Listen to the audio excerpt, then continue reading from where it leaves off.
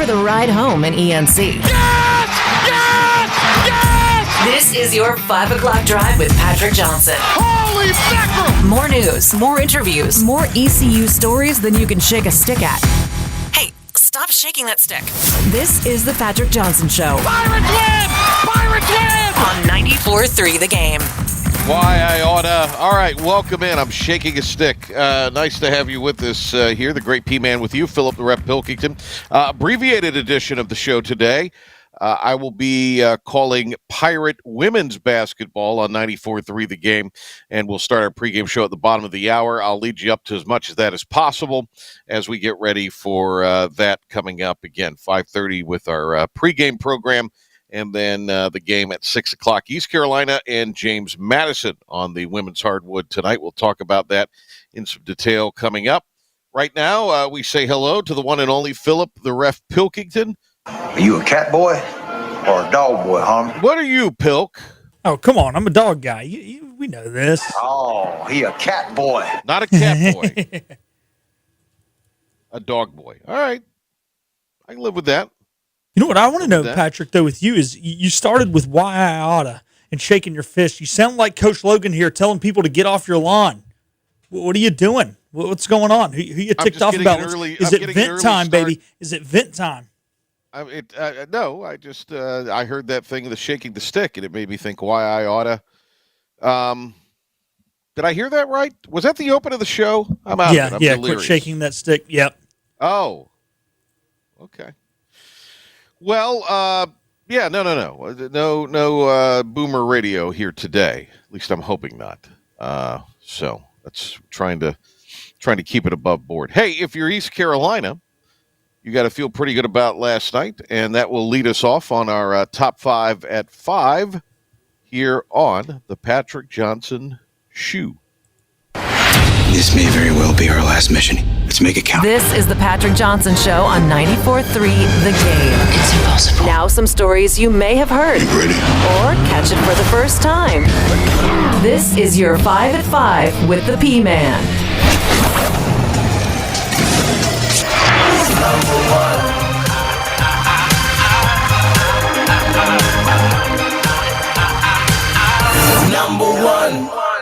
Number one, Pirates get back to their winning ways. They snapped the 4-game losing streak by defeating University of Maryland Eastern Shore. After the game, Coach Schwartz said that ball movement, and specifically Jordan Riley's ability to distribute the ball, was the reason for the Pirates' success.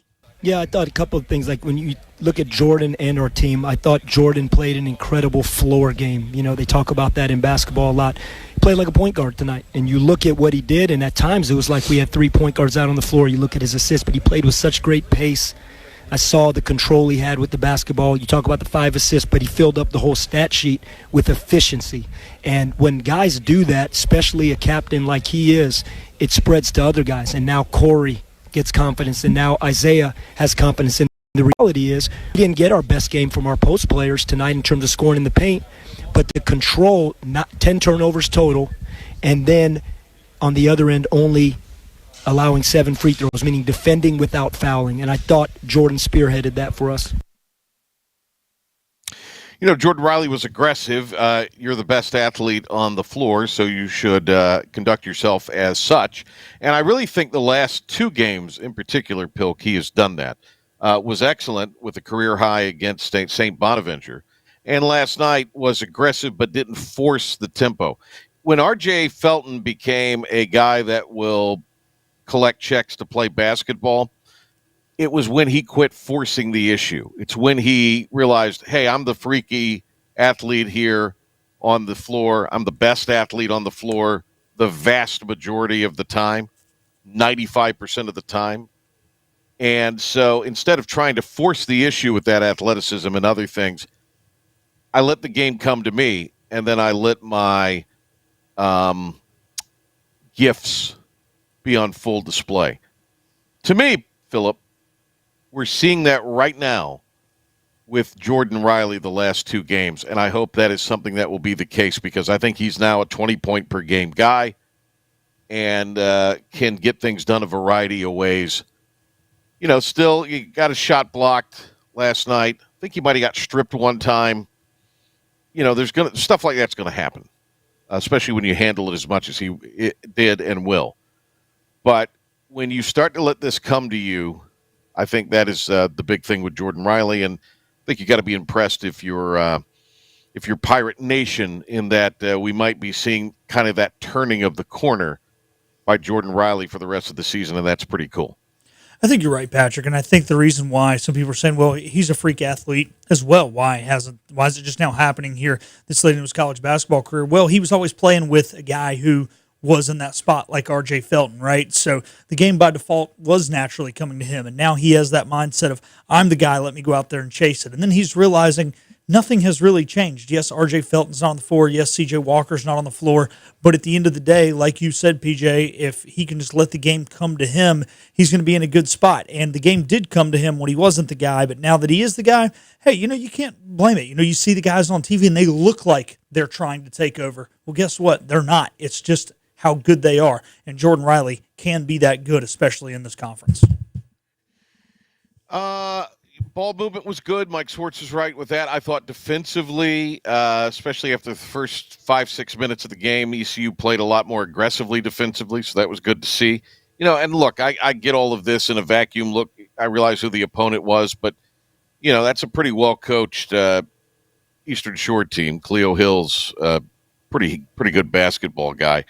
And you just gotta incrementally build these things. I mean, we're only little more than a fifth of the way through the season. So while it's been very disappointing, you've at least got a winning streak. You've got a one-win team coming in here. There's a big rivalry factor that I think you have to pay attention to on Saturday. And, I'll also say this. They ran a really good set at the end late when they needed to get it into Gio, and they did. I believe he scored on the play. So, I mean, and then, Luke Davis – I'm just going to say this. I think with Delorier, with him out, it was a better rotation last night. I didn't think guys were looking over their shoulder as much. And, I think for Vito, that's what he's going to be able to do. You can get him where he's in a corner or straight away. He's square. He's ready. He can pop a three. I'm not saying he's going to bust a bunch of them. And then I do think that Reed Kaysen, there's times out there he looks really, really good. He busts his ass, but there's also times out there he looks like he's lost as hell. But, I think with Gio, who's very serviceable, I think with Davis doesn't care if he scores. Now, Davis isn't some dummy that's going to get the rebound and not know what to do with it. He's going to turn around and throw it out. No. If he gets it, he's going to go back up with it. But, I mean, he's going to be a man that's going to go out there, just give you his absolute leave it out all on the floor best. He's going to rebound. I think led him in rebounds last night, ended up doing that with a career high for him. So I really like the rotation, what they did with the kind of 2-on-2 off with the bigs last night, Pilk. Here's the other thing. Corey Calker hit some threes. Doesn't have to hit 4 a game. He needs to probably hit more than 2 a game. And Mbang wasn't trying to take a bunch of jump shots. He was aggressive.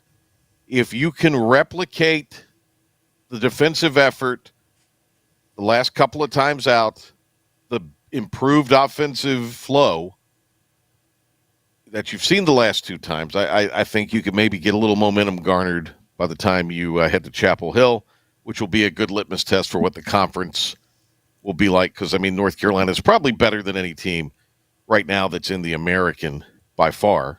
But that'll be a nice test for you before you go into conference where the intensity ramps up. And I'm going to say one other thing last night. I don't say a lot of nice things about the Tar Heels because, frankly, there's not a lot of nice things you could say. I don't know how good Kentucky is, but that's a good win last night for Hubert Davis. And frankly, I think North Carolina needed that win last night, to be honest with you, Pilk. Yeah, they did. They had the good win against Kansas early in the season.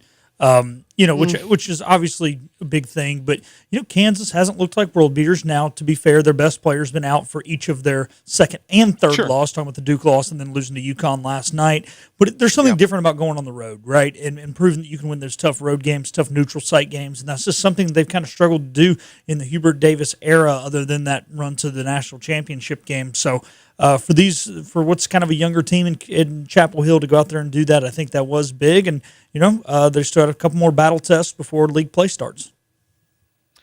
Duke with a big win last night. They were up 15, and it was a wild last minute from Cameron Indoor. Blue Devils hang on. I don't like Florida. I don't like that coach. He's got some questionable Kiffin-like stuff in his past. Apparently he's been absolved of all of it. But I don't know, man. There's a reason people aren't flocking to coach at UF. But it's Florida, and Florida is an insane place, as we know. All right. Anything you mentioned UConn's win over Kansas. That was the other big. I guess State plays Auburn tonight in the and then how about Wake Forest getting their doors blown off last night by, was it Oklahoma? It was a game that was a 3-point. Mosers. Yeah, it was a 3-point game at halftime, PJ, and then all of a sudden, man, just the floodgates were opened up. Big fan of the show is Rick Barnes, or at least big fan of the P-Man on ESPN Plus is Rick Barnes, but they had a tough one last night, losing at Syracuse. Good win for ACC. They had some good moments last night. Did the ACC. But glad the Pirates won. We'll see what they do against UNCG Saturday. Number 2. Deuce. What do we have for Deuce? Number 2, sticking with college athletics. The new college football playoff rankings are out. The American will be going to the college football playoff regardless of the winner of the game, due to the fact that North Texas has been ranked at number 24 with James Madison coming in at number 25. This also means a JMU win and a Duke win over Virginia will guarantee JMU into the college football playoff. And the most notable thing that happened with the big teams, Alabama jumps Notre Dame. The reason why this is significant, folks, is because if Bama loses the conference championship game, they're not automatically in. We know that. BYU's sitting at 11. If they beat Texas Tech, they would then jump Notre Dame instead of jumping Alabama. And this is the committee's way of not having Alabama left out, as they did last year. Right. Can't have Alabama left out consecutive years. Because it's a TV show. Yes. As many of these things are. It's where the money... Trace it back to the question, as Mike Mullis said the other day, and then it is a TV show. Here's the other thing I'm going to say, Pilk. You outlined that so beautifully.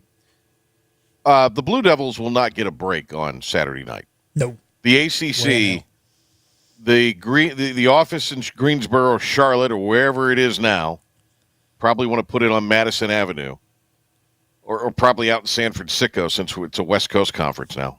They're going to come out and with this deal, watch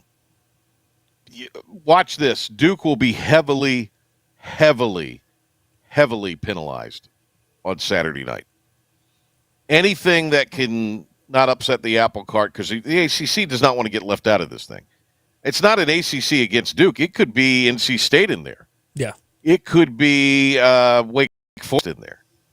But the point is, it's somebody who probably will not get in if they win the championship, where Virginia would, and so they're going to do everything they can to ensure that the Wahoos, who've been lucky all year, find themselves in the college football playoff so they can cash that check and maintain their prestige. I'm rooting like hell for BYU, and I'm rooting like hell for Georgia. I mean, again, Georgia, Alabama, yawn. Been there, done that. Who cares? But you will not find a bigger UGA fan than me on Friday, because it'd be great if BYU so what I'm rooting for is this, and I don't mind JMU getting in. I realize they haven't played anybody. The American gets in, so we feel good about that. I really don't have – I'm not a big Tulane fan, so I'll say North Texas here. Both coaches are leaving. Doesn't matter. The other thing, we're going to get somebody in. Great, as a conference. It's good for East Carolina. I hope James Madison beats Troy because then that gives them the possibility of being in. Obviously, we're rooting for the Dukies on our end. Hope that's the case. And then let's hope BYU beats Texas Tech, who's already firmly in. Bama loses. To me, that I'd be so happy. Won't happen. Won't happen. It won't. But here's the one thing I will say. That's what you want to have happen. If you're rooting for chaos, which when it comes to the elites in anything, I'm always rooting for chaos. Oh, yeah. We know. So one thing I will say, Patrick, I agree wholeheartedly with the calls going Virginia's way. The interesting thing will be this. Hypothetically, Troy beats JMU and Boise State beats UNLV. Mm-hmm. Those both games are played Friday night. Then do you think the game is called more cleanly on Saturday? Because I think a 5-loss Duke team gets in over a 4-loss Troy or a 4-loss Boise State. Right. But so you'd have the SEC, the Big Ten. Yeah, Duke would slot into Virginia's spot. Yeah. Good point. If that does happen, Duke, it'll be a more evenly called game. It won't happen. Probably would be. But I'm saying, but if it were, JMU's going to beat Troy.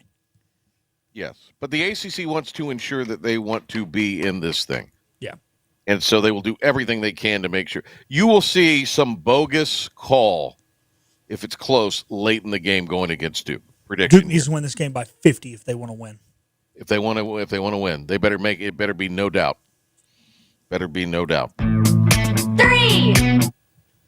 3 in sad news. Eldon Campbell passes away at the age of 57. He was Clemson's all-time leading scorer, went to the NBA, spent some time with the Lakers and the Pistons, even won a title with the Bad Boys. Yeah, I was not aware of this. Had he been sick, Pilk? That they have not said anything last time I saw. Yeah. 57. Yeah, that's young. That is young. Eldon Campbell was a real effort kind of guy. I'm just looking here to see if there's anything that talks about his death. No, so far nothing, at least that I'm seeing here. Campbell is a, kind of before this kind of current era of Clemson basketball success under Brad Brownell, Campbell and Horace Grant were kind of the notable players for the Tigers and what otherwise had been kind of a nondescript existence on Tobacco Road in ACC basketball. That you hate to hear that. 57. That's a very young age for somebody to be dying. We'll find out exactly, I'm sure, what exactly was the cause of that. But man, that's tough to hear. Sorry to hear that. 444. Number 4, Serena Williams denies that she will be returning to women's tennis. The reason why the rumors came out is because she registered for the International Tennis Integrity Agency. This is pretty much the anti-doping agency and has officially, I guess, re-entered to continue to be tested. And so everybody thought she was coming back. Williams has not played competitive tennis since the year 2022. However, has denied that she will be returning to the WTA. Does she play in any of these events where she's in doubles still? No. Okay. She's been completely retired. Yeah. I wonder if that's what it is. I wonder if it's going to be like her and her sister are going to try and compete in the Olympics maybe in 2020. Maybe that's what it is. Yeah, that would probably seem to be the case. Maybe they would compete in the doubles. Yeah. I don't know if you got to be a single to also participate in the doubles or if the doubles are their own thing. Okay. Well, then that would be the logical thing here. Yes, it's maybe not a full-fledged professional comeback, but perhaps she and Venus want to play together in the Olympics, and I think that'd be very cool if they did. That'd be great. Yeah, could you imagine your last ever match is with your sister representing your country at the Olympics? It'd be beautiful. What a beautiful thing that would be. It really would be. That'd be very good. How are we doing on time, Pilk, by the way? We need to wrap this up here in the next 2 to 3 minutes. All right. 5. Sorry. Number 5, women's hoops will be in action tonight. We mentioned it earlier against James Madison. PJ will be on the call. Pirate women coming back from their trip to the tropics. This will be their first home game in, 2 or so weeks, PJ? Yeah. Really good outing, all things considered, in Puerto Rico at the San Juan Shootout. By the way, why couldn't we have been doing that on radio? Why couldn't we have done that, those games on radio? Puerto Rico. And as a result, we could have done the Patrick Johnson show from Puerto Rico. And I would have needed Pilk there to do that, to set up everything. So why couldn't we have done that? That's my question. I'm with you. I agree. You know, I do think this. I think, obviously, those were 2 good wins for East Carolina. You know, in a situation where you're not getting a lot of practice time, Kennedy Fauntleroy, honorable mention this week in the American, I believe, and is playing really, really well. Great player for Coach Kim's group. I know they want a little more scoring out of some people, particularly Savannah Brooks. Maybe they will get that. Tonight is not going to be easy. No. I go to the prepared notes. JMU is really good. You know what JMU has done this year, Pilk? They're really the only glaring loss for them is they got blown out at number 4 Texas. But against Boston College, they were down 19, won by 20. That's a 39-point swing. Against Liberty, and Liberty beat this East Carolina team earlier in the season. They trailed by 15, won by 13. So that's a 28-point swing for JMU. They also have knocked off Wisconsin here as of late. So they ain't going to be scurred. I knew about the wins. The friendly confines. Yeah, I just didn't know that the wins were while trailing as big as they were, because I just kind of looked at the results. Pretty amazing stuff there. Yeah. So I don't foresee them being there will be no intimidation factor. Now, can the Pirates, who've, I don't want to say they've dumbed it down in women's basketball, but they've really simplified things, and they are running some more sets as opposed to a motion offense. Can they execute that against a really good, possibly NCAA caliber level team? Yeah. We will find out. We'll have the pregame for that for you bottom of the hour here on 94.3 The Game. I've got to head over to the Coliseum to get ready for that. But Pilk will take you home the rest of the way. No show tomorrow, but we'll be back Friday. Brian Mold talking hoops, Rini and Golia talking college football. So we'll have a great show Friday on 94.3 The Game. I'll talk to you just a little bit from Minji's. Pilk will wrap it up when we return.